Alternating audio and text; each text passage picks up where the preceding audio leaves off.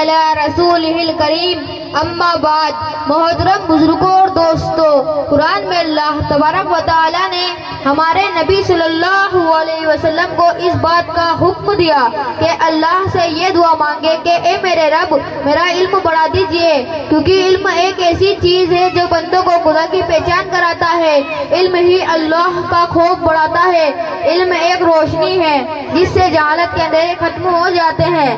علم ایسا مخلص دوست ہے جو کبھی دھوکہ نہیں دیتا بلکہ انسان کی حفاظت کرتا ہے. قرآن میں اللہ تعالیٰ فرماتے ہیں کہ اللہ سے تو علم والے ہی ڈرتے ہیں. علم سے انسان کے اعمال صحیح اور قبول ہوتے ہیں.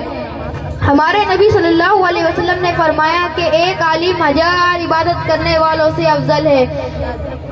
ہمارے نبی صلی اللہ علیہ وسلم نے فرماتے ہیں کہ جس کو اس حالت میں موت آئے کہ اسلام کو زندہ کرنے کی نیت سے علم حاصل کر رہا ہو تو جنت میں اس کے انبیاء کے درمیان صرف ایک درجے کا فرق ہوگا.